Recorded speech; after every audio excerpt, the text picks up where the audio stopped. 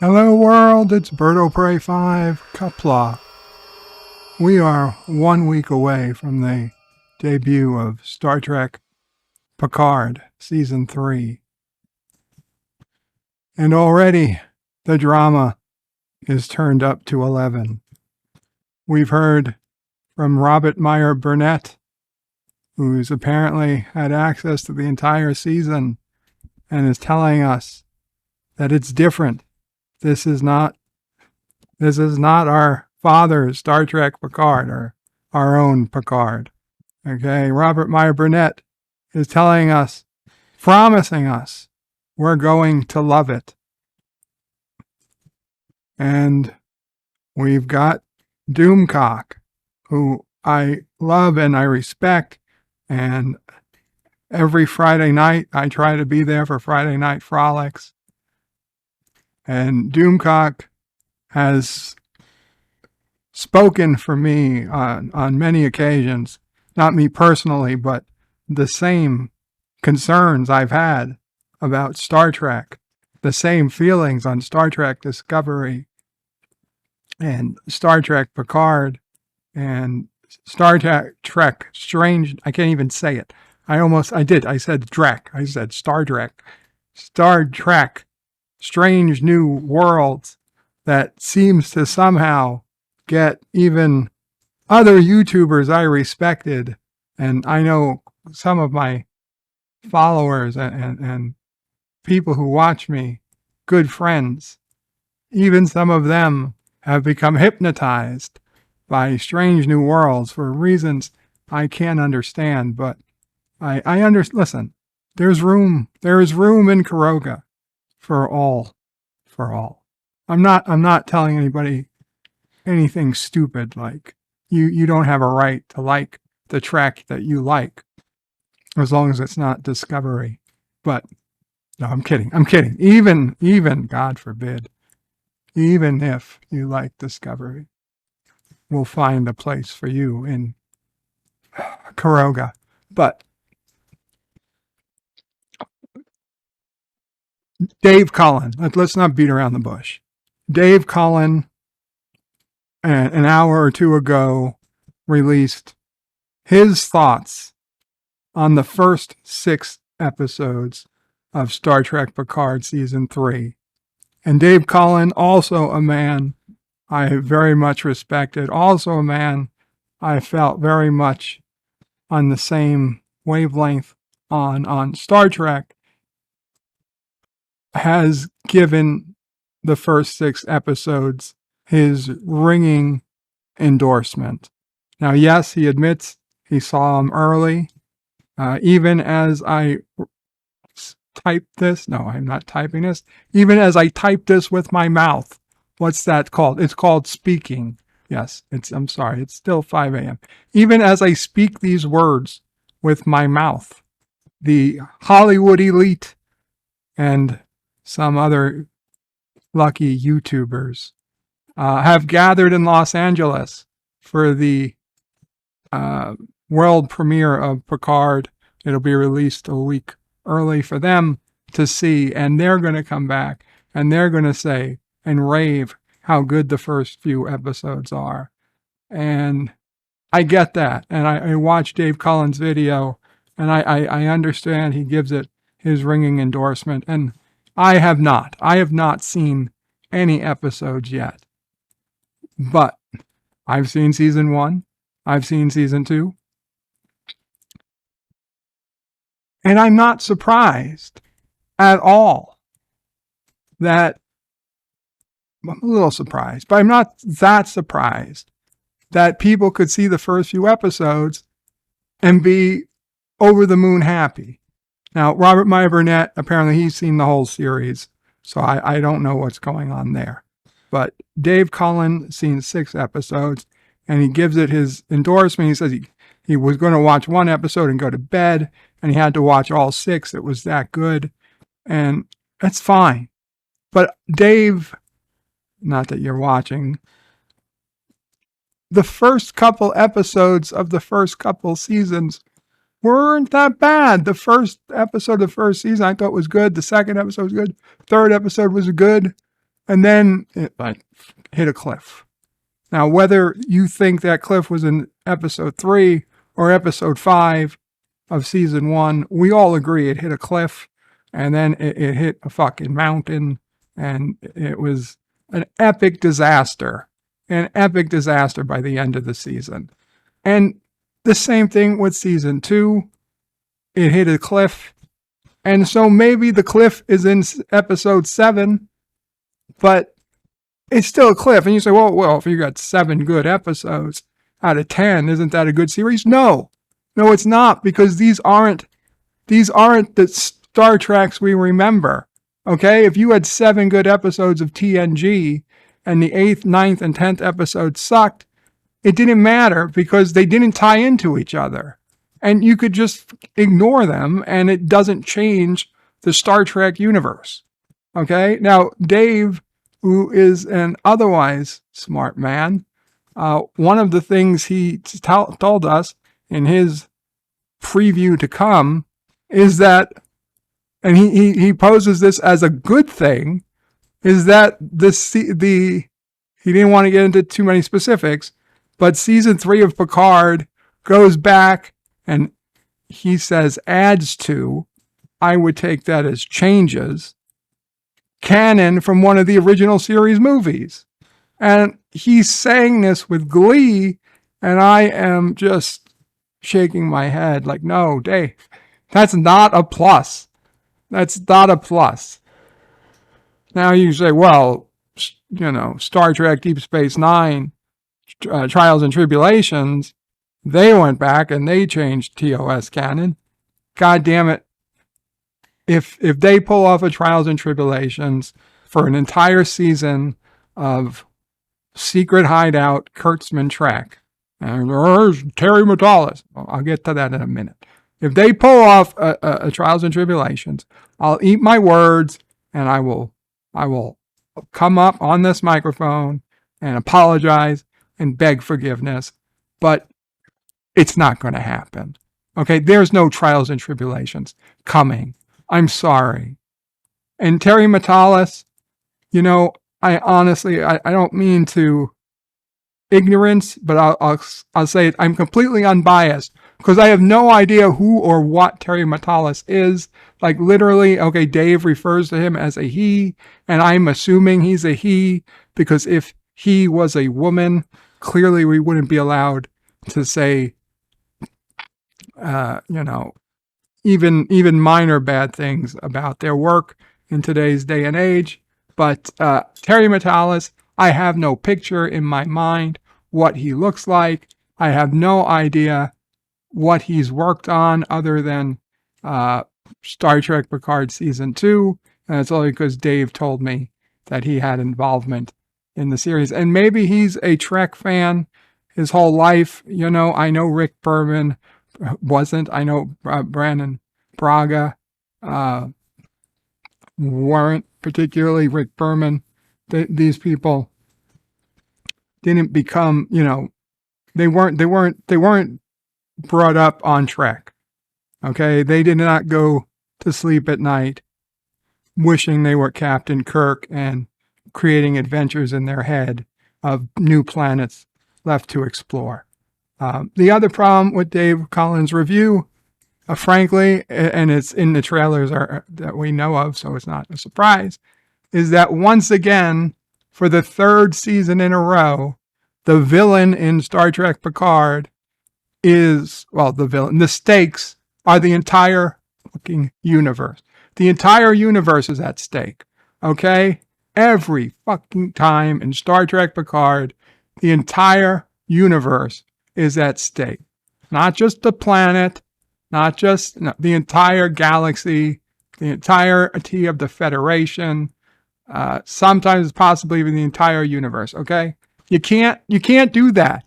And the fact that they're doing it again, that Terry Matalas or whatever has made the decision that the stakes are the entire galaxy, tells me they did not learn from seasons 1 or 2. I don't need to be a mind reader to know that if the entire galaxy is at stake, it's the same shitty writing. Listen, the original series movies, you had V'ger, it threatened Earth. Okay, arguably, possibly the Federation. It threatened Earth. But then the second movie, it was Khan. He had a fucking starship. The only thing that was threatened was the Enterprise. Okay, if Khan had won, okay, he could have had a weapon. Well, he could have had Genesis. He could have maybe, hit a planet and created a new planet or something. But it was one ship, possibly one planet at risk. Okay, Star Trek 3, they're really, with the Klingons, they want Genesis. They couldn't fucking figure out. There was nothing. It was Spock. Spock was at risk in Star Trek 3, and the crew and their careers, and Dr. McCoy. He was at risk in Star Trek 3. And Star Trek 4, okay, yes, Earth was at risk, but that was a big stakes. That was a return to big stakes. But we had one was the whole planet was at stake. 2, very little. 3, very little. 4, okay, the planet's at stake. Again and again, just the planet, not the entire galaxy, just Earth, which is fine because we're on Earth. Then 5, nothing. Nothing was at risk. The Enterprise, a shitty ship, not even back together again. That was at risk, and a guy who was going to take it into the center of the galaxy, and some shitty little planet called Nimbus 3. Star Trek 6 could have been a war with the Klingons, but if you had the director's cut and you saw Rene Auberjonois, they were pretty confident that if war came, they were going to win anyway. So, it's not exactly galaxy-threatening material. And honestly, even in Generations. So what's the big deal? If Soren, there's some fucking shitty planet out there that the Nexus, well, the way the Nexus works, it seems those 6 million people on the planet, or 6 billion, whatever it was, the Nexus would have sucked them all in anyway, and they all would have been in fucking paradise. So really, I think Picard gave that planet a disservice by not allowing them to go into the Nexus. You understand what I'm saying? One planet, one system, not the fucking galaxy. Every fucking time in Star Trek Picard, the entire galaxy is at risk. You had the fucking super AI that the AI was contacting, and the Romulans were right the entire fucking time. The entire time of season 1, the Romulans were right.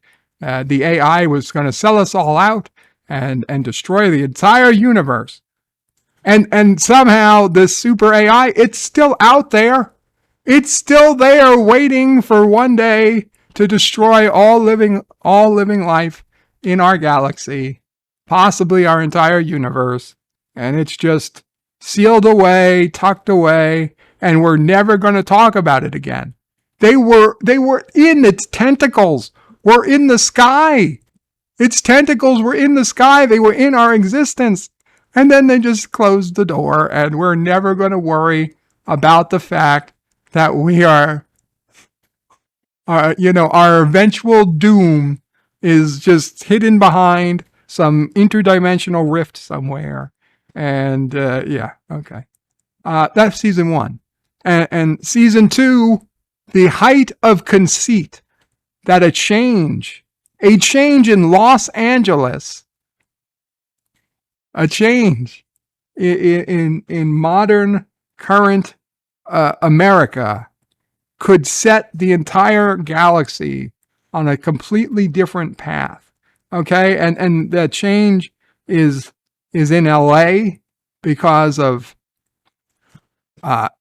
some illegal immigration, or possibly an entire different person gets elected president, and the entire country goes fascist, and that changes to our current timeline might threaten the entire galaxy.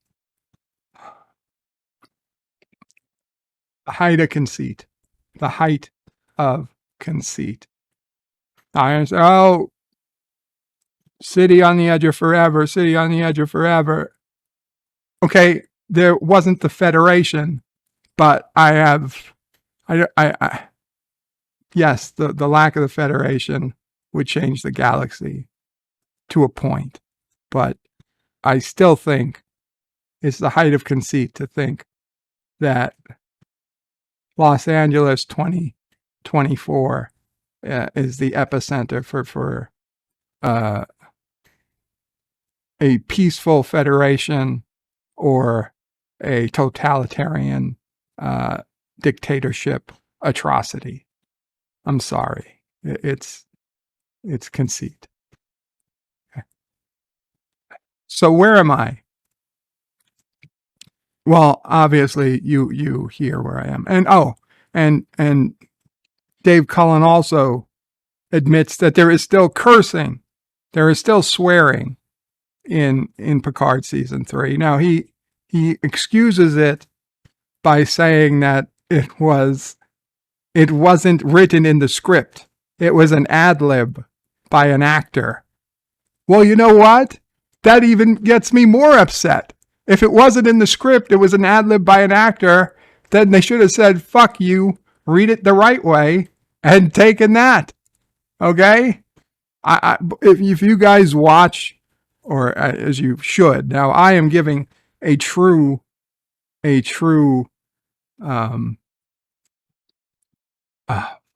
too early. I am giving my true opinion, obviously. Watch the Shuttle Pod show on YouTube. It's the Shuttle Pod podcast by Connor Trenier and Trip and Malcolm from Star Trek Enterprise. They do a show. It's a wonderful show. The vast majority of them are wonderful. There's a couple of duds where they've got Star Trek actors and producers and cast members. Every episode they interview somebody, and you get to hear all the dirt and the stuff going on backstage of not only Enterprise, but you've had Walter Koenig, so you had some TOS representation. You had a lot of TNG, DS9, Voyager. Tim Russ was just on. And you hear things you're not supposed to hear. You know, we're supposed to be separate. And you hear about how one of the things of Berman era Trek was they were sticklers for you had to read the script exactly as is. There was no room for ad-libbing, no interpretation. If you said one word different, they would shake their heads, and you often had to redo the scene for putting in a contraction instead of pronouncing the specific word or as it's written on the script. So that was Berman era Trek. Okay, so the fact that you can ad-lib a swear word, and it's not only does it get by, it gets applauded. That's not Star Trek. That's not Star Trek. And he says there is swearing, making it seem like there's more than one time. Now, if the entire 10 episodes go by and there's one F-bomb, I'll forget about it. But if there's 3, like, oh my God, 3, I feel like an old man. 3 F-bombs. Yeah, you know what? If it's good Trek, it's got to be good Trek that you can share with the entire family. And yeah, I know I curse a lot, but I still wouldn't want my kids, theoretical, that I don't have, to be watching a show full of fucking curses. Okay? I would never put Picard on while my nephew was here. Not to, I mean, just Jesus Christ, the eye pulling out, the blood, the murder trek. You know, how many people die? That's what I want to ask Dave. How many people die on screen, Dave, in season 3 of Picard? Maybe it's very few. But if it's anything like season 1 or season 2, life is cheap. You kill, shoot to kill. In a society where you purposely have phasers set to stun, you shoot to kill. So that's what I don't know. I'm going to watch Picard. I'm sorry to Doomcock. I'm going to watch it. I have to watch it. It has the Star Trek brand. I've watched every episode of every Trek, including Prodigy. And I didn't review Prodigy because Prodigy was pretty decent, honestly, but it's a kid's show. And I just can't tear apart a kid's show. I did review one episode of Prodigy where they had they used the holodeck and they had TOS and not only TOS, but they had a whole cast of characters, including Rene Auberjonois, who unfortunately passed away. They had Odo back on the holodeck, and it was actually a pretty beautiful episode. I believe it was season 1, episode 6 of Prodigy. Which is actually, if you only watch one episode of Prodigy, you can watch that one. It's fine. So I didn't review Prodigy, but I watched it. I've watched every Trek, and I'm going to continue to watch every Trek, and I will certainly review Star Trek Picard. And you know what? I fully intend to be able to probably say, hey, episode 1 was good, episode 2 was good, episode 3 was good, because that's what I said about season 1. That's what I said about season 2. Now I know my problem is going to be what's the 8th episode like? What's the 9th? What's the 10th? Because these are basically just long movies. Okay?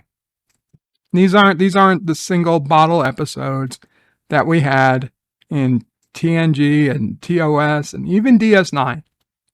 For as serialized as DS9 was, you know, a bad episode here or there didn't destroy the entire series. Whereas the final episodes of Picard's seasons 1 and 2 literally had the power to destroy the entire series. And not only the entire series, they really came close to destroying TNG for me. Really came close to destroying TNG for me. Another thing that Dave Cullen's video kind of gets me a little concerned about is Brent Spiner back. We all assumed he was playing Lore, and Dave says it's another Soon type android. He couldn't even say it was Lore. Now maybe he's not allowed to say who he was, even though we all, quote, know or think it's Lore. But Jesus Christ, if he's not playing Lore or B4, then what the hell have we got going on? Another Soon type android? I mean, Jesus fucking Christ. Listen, do you want Data to die? Well, he's dead. Okay, they should have lived with that. I'm a little sick, and he's telling us that it's Amanda Plummer isn't playing a Chang character. Don't worry. I wasn't worried, Dave. I would have thought that would have been a good foil. Chang is one of the greatest villains of all fucking time. And it's no accident that you're staring at his face, blinking at you, or is he winking at you? You'll never know, because that's how good a villain he is. Right now. Again, Dave tells us that like it's a good thing. I have no doubts the first few episodes will be good. I have grave concerns over the entire series. Yes, I will watch. Yes, I will review. I'm sorry if Doomcock thinks less of me. I know he doesn't. I know he doesn't. He's looking out for Trek fans, and we're like a battered. And I don't mean to belittle, but we're like a battered spouse at this point. At least I know I am. They can do anything to me, and I'm going to come back, and I'm going to come back because I hope, and I think this time they're going to be different. This time they're going to change. This time I know better. I know what to look out for before I let my heart get invested, and then I'm back out in 10 weeks, 1 week from today, so 11 weeks, I'm going to be saying, I thought it was going to be different. Well, okay, I'm not going to cry because I've learned it's not going to be different in that respect. And if it is, great. But anyway, I'm ready. I'm ready. 1 week from today, I intend, God willing, to wake up, put on Picard, and let the reviews roll. Qapla all, bird out.